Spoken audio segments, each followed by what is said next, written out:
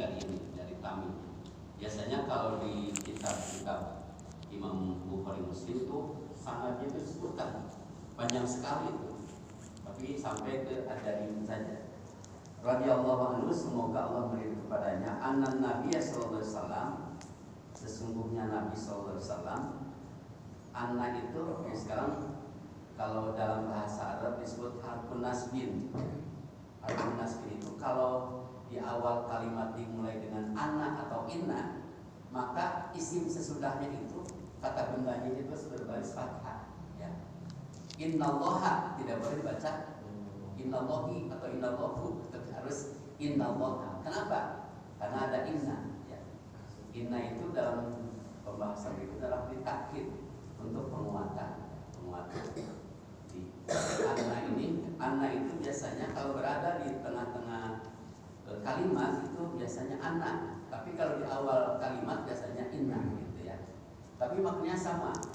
Itu anna, inna itu merupakan harfu taukid dan itu sebagai harfu nasbin, huruf yang bisa menasabkan kepada fi'il, kepada apa?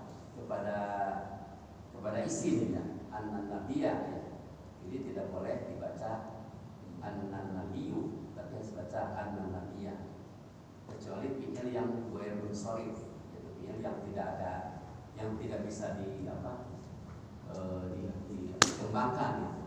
Kemudian Qala telah bersabda Rasulullah SAW, ad-dinu nasihat, agama itu nasihat.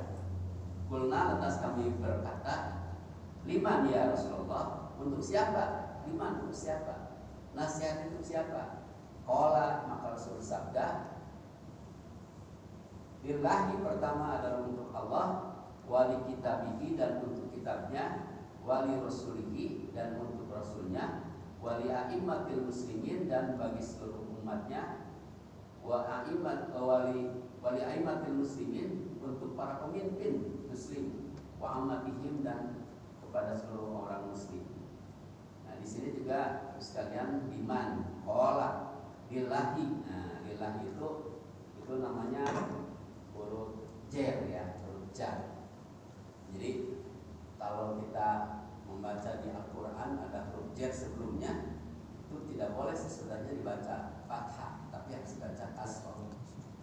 Lin nabi seperti itu, atau lillahi itu alhamdulillah, ya, itu karena harap ada huruf jarnya. Kecuali tadi fi'il atau isim yang tidak bisa dirubah, seperti Ramadana, ya. Syahrul Ramadana harusnya kan dibaca Syahrul Ramadhani, ya. Tetapi di situ dibaca Syahrul Ramadhana. Karena itu sigot muntahajum menjadi kalimat yang tidak ada awalnya. Kemudian Bapak Ibu yang saya hormati, ini diriwayatkan oleh Imam Muslim. Kemarin kalau kita lihat susunan rawi, ya. Rawi itu yang terkenal itu ada enam para rawi yang terkenal. Salah satunya adalah Imam Bukhari, menurut dan bawahnya adalah Imam Muslim. Kenapa Bukhari di atas, gitu?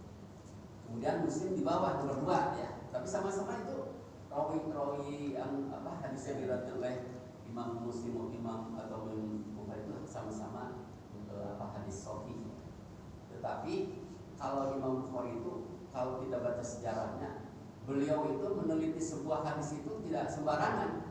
Sampai beliau mendatangi ke berbagai negara, ya, menelusuri siapanya, sanadnya tadi, sanadnya benar enggak nih?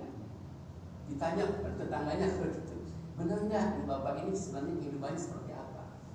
Ya, kalau dia tidak pernah, apalagi berdusta, ya, cara berkatanya tidak pernah makan berdiri atau minum berdiri, itu sudah dianggap bahwa itu rawi sanadnya itu sanadnya yang bagus dan diterima hadisnya.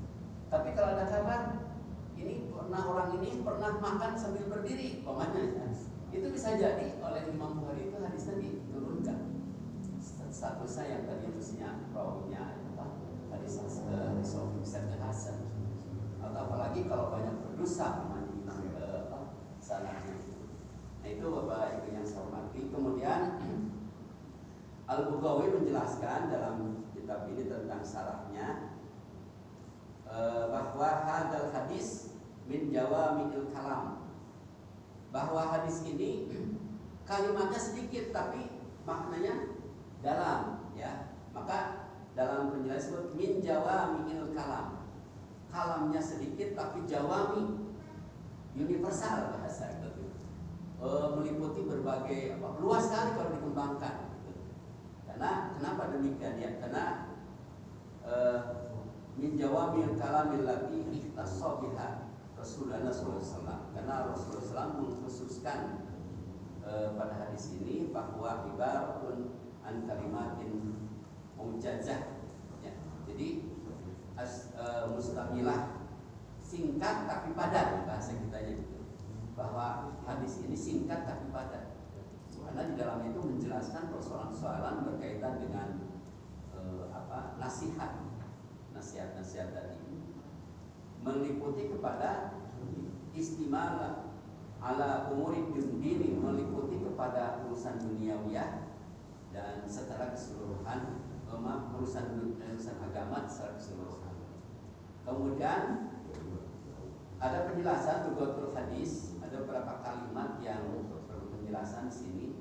Al-murad dengan ad-din, tadi diataskan ada kata-kata ad-din, ya. Ad-din itu al-milah, al-milah itu agama. Ad-din juga diterjemahkan agama. Wahya dinul Islam, tapi yang dimaksud adalah agama Islam di sini. Kemudian aimanuddin wa qawamuhu, jadi tiangnya agama. Jadi yang dimaksud di sini adalah al-murad, yaitu ad-din di sini adalah al-milah, ya dinul Islam. Yang dimaksud adalah dinul Islam. Kemudian yang kedua, kalimat yang kedua dalam kalimat ini an-nasihat. Ada kata-kata an-nasihat, nasihat. Apa yang dimaksud dengan nasihat menurut Al-Baghawi?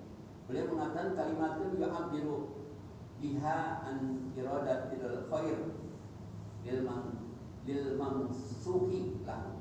Jadi yang dimaksud dengan nasihat itu adalah kalimat yang membuat atau pernyataan, statement yang melahirkan kebaikan-kebaikan bagi orang yang dinasihatinya. Itu namanya nasihat. Apa saja, ya. Tidak apapun yang kita memberikan ucapan tapi kemudian bermanfaat, ya. Bermanfaat dari orang itu nasihat. Ini menurut beliau gitu, ya. Jadi rupanya nasihat ini penting dalam kehidupan kita sebagai orang Islam, ya. Nah, nasihat tadi dijelaskan seperti itu. Kemudian nasihat itu berasal dari kata al-kholas atau al-kholus. Al-kholus itu apa? Ikhlas. Ikhlas itu bersih. Seperti ada makan minuman yang dari madu, itu adalah minuman yang sudah tersaring. Yang maksud dengan al-kholus tadi adalah saringan. Jadi ikhlas itu tadi? Nasihat itu adalah semacam maknanya adalah saringan. Kemudian yang berikutnya bahwa dikatakan juga ma'khud bin nasoha. Nasoha itu ar-rajul al-toba. An-nasoha itu artinya apa? Berasal dari kata khotah, khotohu, khoton itu. Khoton itu artinya apa? Penjahit, tukang tambal. Itu bermakna nasihat itu sebenarnya. Tukang jahit itu kan menyambungkan dua hal yang sobek kemudian dijahit, itu disebut nasihat. Dari segi bahasa, ya. Dari segi bahasa artinya bahwa orang yang bisa menjahit itu atau menjahitkan yang sobek, menyatukan yang sobek. Artinya orang yang dinasihat itu memberikan makna yang sangat penting bagi orang yang dinasihat.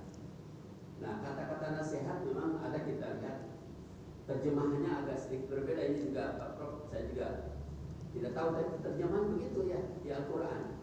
Wa tawassaw bil haqqi, ya, itu terjemahkan tawasiyah, asalnya wasiat, kan sebenarnya. Kalau kalimat tawassaw bil haqqi maksudnya tawasiyah, tapi diterjemahkannya apa? Terjemahan, ya, Pak, nasihat, ya. Kalau dilihat di terjemahan Al-Quran itu artinya nasihat, kalau tidak salah, ya. Atau ada juga yang diterjemahkan wasiat, ya, berwasiat-wasiatan. Gitu. Jadi ini makna daripada nasihat. Tadi pertama, nasihat adalah memberikan sesuatu pernyataan kepada orang lain yang bermanfaat bagi orang yang dinasihati oleh kita. Kemudian yang kedua, bahwa nasihat itu berarti saringan, menyaring seperti hanya menyaring madu dan kemudian madu itu menjadi bersih. Itu yang disebut dengan nasihat. Kemudian yang ketiga, bahwa nasihat itu bermakna menjahit atau menjahit. Jadi tukang jahit itu adalah orang yang bisa menyempurnakan kain yang sobek. Itulah nasihat. Kemudian yang dimaksud dengan a'immatul muslimin, yang dimaksud a'immatul muslimin itu adalah para pemimpin, ya.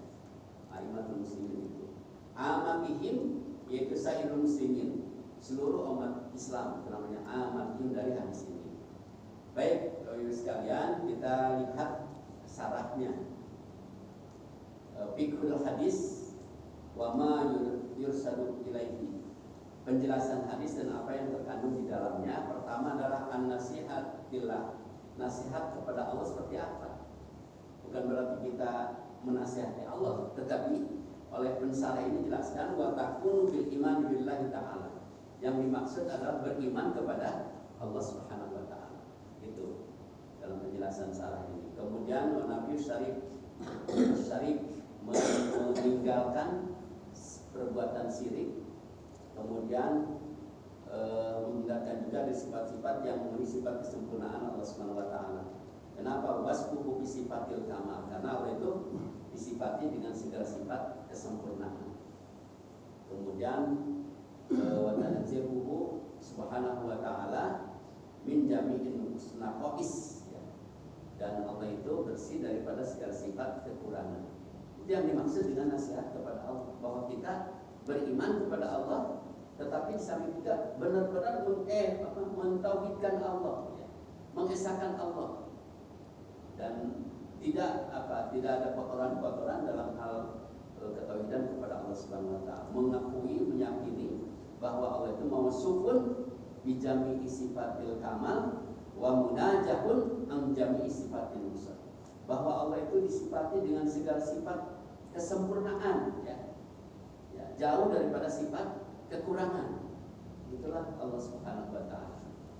Maka muncullah di sini bahwa wal ikhlas bi ibadatihi. Muncul sikap ketika orang sudah mensucikan Allah, ya, mensucikan Allah daripada penyakit tadi, sikap kita atau siapa saja yang mengakui ada oknum selain Allah Subhanahu wa taala. Kemudian ikhlas bi ibadatihi. Ikhlas itu takhallas. Ikhlas itu juga sama artinya, bisa bersamaan dengan nasihat juga sebenarnya. Kalau kita lihat makna ikhlas itu sama dengan tadi, kalau saya baca di salah satu tafsir, bahwa itu kaitannya dengan ayat yang berkenaan dengan masalah madu tadi, ya. Madu tadi itu gampang mengalirnya itulah ketika kita meminum madu. Itu ikhlas di ibadat ini, wal qiyamu bi taatihi. Kemudian istiqomah, konsisten, ya, di dalam taat kepada Allah Subhanahu wa taala. Tidak anggot-anggotan, dalam keadaan apapun dan dimanapun dia tetap istiqomah di dalam ibadah kepada Allah Subhanahu wa taala. Kadang-kadang memang karena iman tadi adalah kadang-kadang naik, kadang-kadang turun, ya. Itu dipengaruhi oleh kondisi kita masing-masing. Kadang-kadang ada yang lagi semangat gitu, ya. Kemudian ada juga yang menurun gitu, menurun. Itu akan muncul seperti itu. Maka kalau ini dijelaskan wal qiyamu bi taatihi, konsisten istiqomah di dalam taat kepadanya, wa tadtanibu maksiatihi, menjauhi sikap untuk maksiat kepada Allah Subhanahu wa taala. Ini penjelasan dari tentang nasihat kepada Allah seperti itu, ruang lingkupnya. Kemudian apalagi di sini, yaitu wal hubbu wal baghdhu fihi. Cinta dan benci itu juga karena Allah. Mungkin kita mencintai sesuatu juga karena Allah. Kemudian benci kepada sesuatu juga karena Allah. Kemudian benci kepada keburukan, kemungkaran itu karena Allah. Bukan karena jabatan dan sebagainya, tapi karena Allah. Kemudian dari penjelasan di sini bahwa ditekankan juga baik itu menyangkut fi aqwalihi, aqwal itu qaul, menyangkut ucapan-ucapan kita, kemudian wa af'alihi, perbuatan kita, ya. Qaul, aqwal, ucapan-ucapan kita berbasis kepada ketauhidan hati. Mungkin maksudnya lebih luas lagi bahwa ucapan kita mencerminkan sebagai orang yang beriman kepada Allah Subhanahu wa taala. Ini bi aqwalihi wa aqwalihi, bi aqwalihi wa af'alihi ya'udu binafi alaihi bid dunya wal akhirah. Ucapan perbuatan kita itu berujung bermuara kepada kepentingan dunia dan akhirat. Kenapa demikian?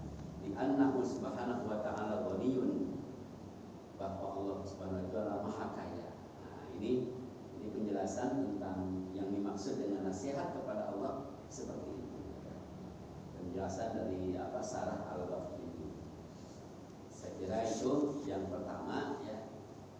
Kemudian yang kedua, an-nasihat di kitabillah, nasihat kepada kitab Allah.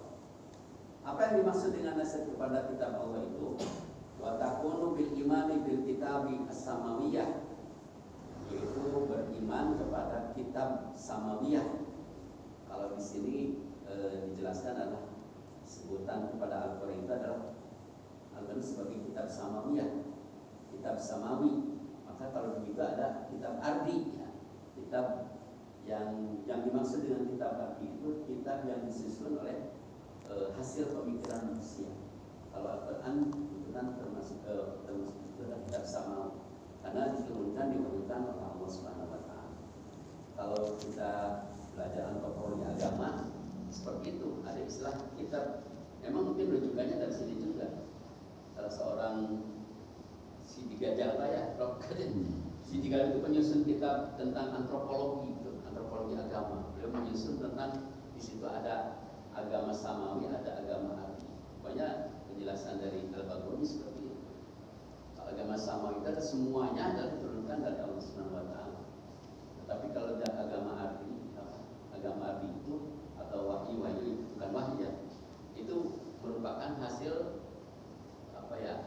pemikiran manusia.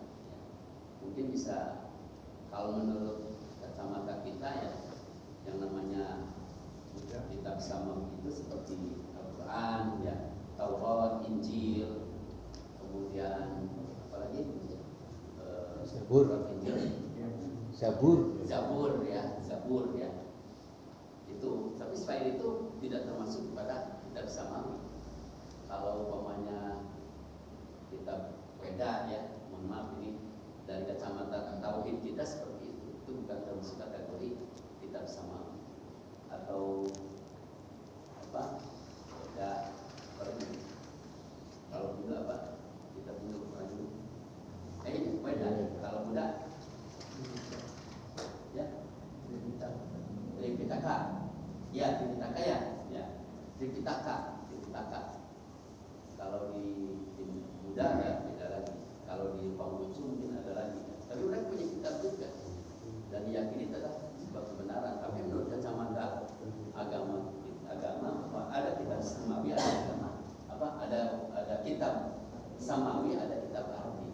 Itu yang memang tidak diturunkan, tapi oleh para pengikutnya diakui bahwa itu adalah kitab suci. Itu yang penjelasan di sini. Kemudian wal imanu bi anna hadzal Qur'an khatimun laha wa syahidun 'alaiha, bahwa kita meyakini bahwa Al-Qur'an itu adalah khatimun laha, penutup para kitab-kitab. Jadi tidak ada kitab lagi sesudah kitab Al-Qur'an. Kitab-kitab yang lain tidak, yang turun itu bukan. Pokoknya ada yang ngaku dapat wahyu. Itu kalau menurut akidah kita itu tidak ada lagi kitab sesudah kitab Al-Quran. Kalau mohon maaf saudara-saudara kita mengikut Ahmadiyah, ya, Ahmadiyah itu memang mengakui bahwa Mirza Ghulam itu, yang Ahmadiyah itu sendiri ada ada dua kelompok ya. Ada Ahmadiyah Lahore, ada Ahmadiyah Qadian. Ahmadiyah Qadian. Tapi dua-duanya mengakui Nabi Raja sebagai Rasul. Memang yang lebih berat itu Qadiani ya, Qadiani. Dua-duanya mengakui bahwa itu Ahmad Gulam itu adalah Nabi dan Rasul. Saya pernah pertemuan dengan saudara-saudara kita yang Ahmadiyah waktu itu di mana di Pemda. Dia memetik ayat di surat Jumat ya. Surat Jumat di ayat apa saja itu Isabillahi samawati wa ma fil ardi. Isabbihulillahi ma fis samawati wa ma fil ardi.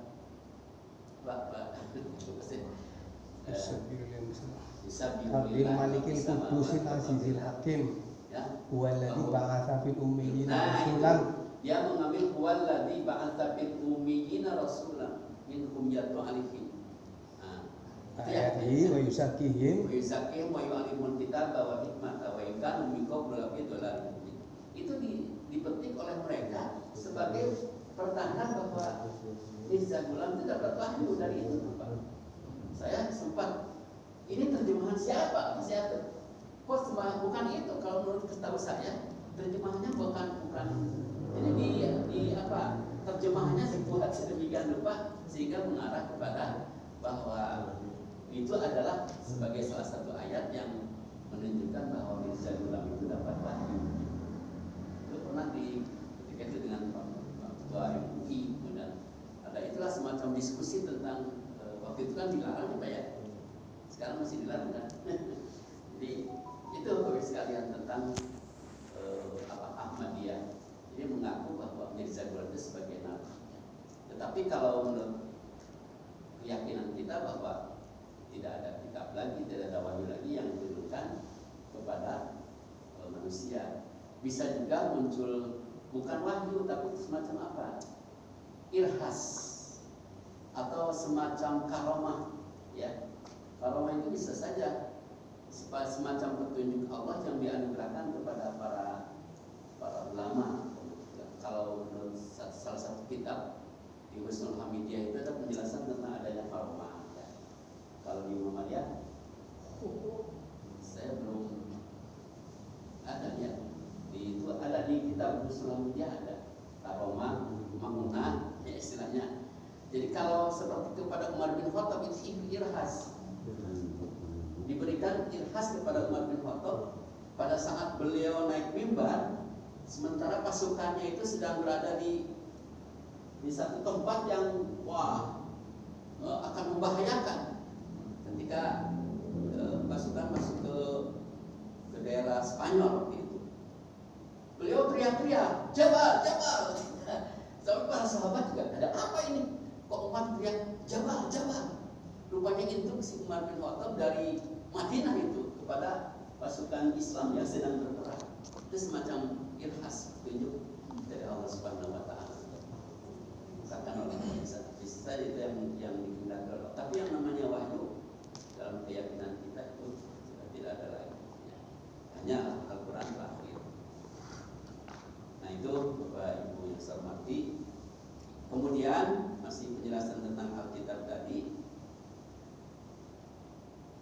Inna nahnu nazzalna dzikra wa inna lahu lahafidun. Sesungguhnya ada firman Allah di surat Al-Hijr, surat Hijr ayat 9. Inna nahnu nazzalna dzikra wa inna lahu lahafidun. Sesungguhnya kami menurunkan Al-Qur'an, Ad-Dzikra. Nama lain daripada Al-Qur'an adalah Ad-Dzikra ya, atau Ad-Dzikru. Yang populer kan Al-Qur'an itu adalah Al-Qur'an Karim ya, kemudian Ad-Dzikra, Al-Hafid itu juga ada yang menyebut, tapi yang disebutkan di Al-Qur'an adalah Ad-Dzikra. Wa inna lahu lahafidun, dan sesungguhnya akulah yang kamilah yang kepada Al-Qur'an itu lahafidun, pasti menjaganya, memelihara. Nah ini sekalian berkenaan dengan Al-Quran. Kemudian Al-Quran itu mujizat Allah menanamkan kepada sudur kita wasudur kita dengan ucapan dan hati kita. Makanya banyak orang-orang yang bisa menjaga atau menghafal Al-Quran, karena tadi Allah menganugerahkan kepada mereka. Ada anak yang usia 3 tahun, 4 tahun sudah hafal sekian juz ya, karena Allah membukakan kepada hati mereka. Kemudian habis sekalian, wa takunu nasihatul muslim, wa nasihatul muslimi li kitabi rabbih azza wa jalla. Adapun nasihat bagi orang muslim melalui kitab Al-Quran itu apa saja? Yang pertama, bi qiraatihi wa hifdhihi, yaitu dengan membaca dan menghafalnya. Itu yang memang nasihat kepada kita, agar supaya kita bisa kalau tidak menghafal mungkin membaca ya, membaca Al-Quran, membiasakan diri membaca Al-Quran. Karena kalau sudah terbiasa, kayaknya punya utang ya, punya utang. Hari ini saya targetnya setengah juz, aduh, tidak baca nih, punya utang itu perasaan. Saya targetnya satu hari 1 juz pokoknya. Ada teman saya di Pilang itu, katanya sehari itu 5 juz. Saya ngobrol dengan salah seorang pengurus PKN, 5 juz, targetnya 5 juz satu hari. Rupanya habis sholat subuh 1 juz. Kemudian sesudah duhur karena udah pensiun ya, jadi pensiunan. Ya, waktunya banyak. Sesudah duhur, sudah maghrib, sudah isya. Dia targetkan seperti itu. Sehingga targetnya itu selama berapa hari kalau 5 juz satu hari? 36 hari sudah hatam. Ya, sudah hatam. Kalau kita termasuk saya sudah punya hancah, saya juga begitu, sudah ada sehari pokoknya saya harus 1 juz. Kesini-sininya setengah juz, kesini-sininya seperempat juz, kesini-sininya kadang-kadang. Ya padahal di Al-Quran Bapak sekalian, kalau terbitan Indonesia itu ada tanda itu ya, ada yang disebut dengan ain. Kalau ain itu makro itu ya, makronya. Atau di situ di pinggirnya juga ada rubuk. Rubuk itu artinya apa? Seperempat juz itu. Kalau yang terbitan Al-Quran Indonesia tuh, di pinggirnya ada tulisan rubuk, berarti itu seperempat juz. Jadi boleh sehari target kita 1 juz, maka ketika mungkin habis sholat subuh seperempat juz gitu ya. Kemudian ada nisfu itu berarti setengah juz ya, setengah juz. Mungkin dilaksanakan setelah sholat duha barangkali ya, kalau yang tidak ada aktivitas ya. Atau mungkin setelah seperempat juz lagi sesudah sholat duhur. Itu karena sulus, itu sulus namanya. Sulus itu 2/3 ya, 2/3 daripada 1 juz. Baru mungkin sholat seperempat lagi sehingga 1 juz. Kalau tidak bisa ya sudah satu makro saja, dari ain ke ain. Asal jangan lupa halaman saja.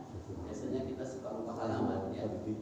Dibaca, halaman seberapa ini udah sampai di mana? Tapi kalau Ramadan kita biasanya punya target minimal 2 kali khatam minimal, atau 1 kali khatam, atau yang penting baca Quran. Memang itu targetnya. Karena di sini nasihat kepada kita untuk kitab Al-Quran adalah untuk membacanya. Paling tidak ya kita menghafal seperti Pak Ustadz tadi itu, baca surat An-Naba. Ya surat An-Naba. Mungkin surat-surat pilihan gitu, ayat-ayat pilihan yang mungkin bisa, yaitu kadang-kadang juga tulalit ya,